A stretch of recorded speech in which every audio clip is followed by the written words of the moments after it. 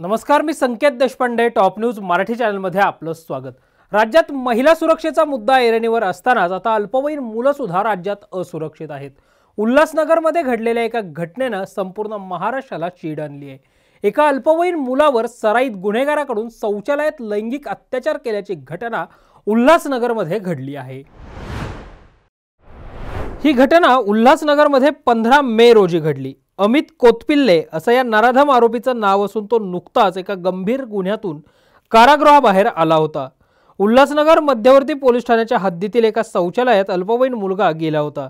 त्यावेळी आरोपी अमित याने त्याचा पाठलाग करत शौचालय गाठलं। तिथे या मुलाला जीवे मारण्याची धमकी देऊन त्याच्यावर अनैसर्गिक लैंगिक अत्याचार केले आणि हा आरोपी तिथून पसार झाला। त्यानंतर मानसिक व शारीरिक धक्का बसलेला हा अल्पवयीन मुलगा रक्तबंबाळ शरीराने घरी गेला। तिथे त्याने आई वडिलांना संपूर्ण प्रकार सांगितला। त्यानंतर संपूर्ण कुटुंबाने पोलीस ठाणे गाठून आरोपी विरोधात फिर्याद दिली आहे।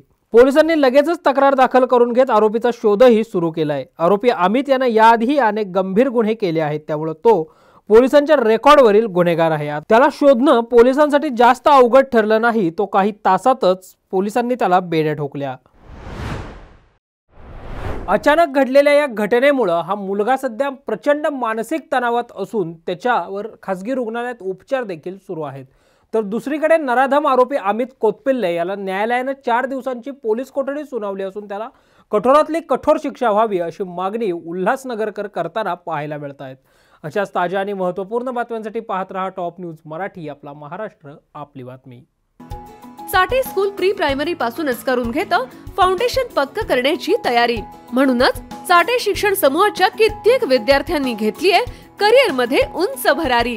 2025-26 या शैक्षणिक वर्षाकरिता आपल्या पाल्याचा आजच प्रवेश घ्या।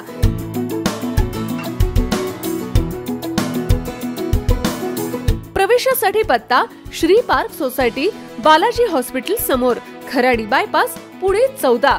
संपर्क क्रमांक 9372619453 किंवा 9372619483 किंवा 9372619484। फाउंडेशन उत्तम, प्रगती सर्वोत्तम। साठे फाउंडेशन, नो टेन्शन।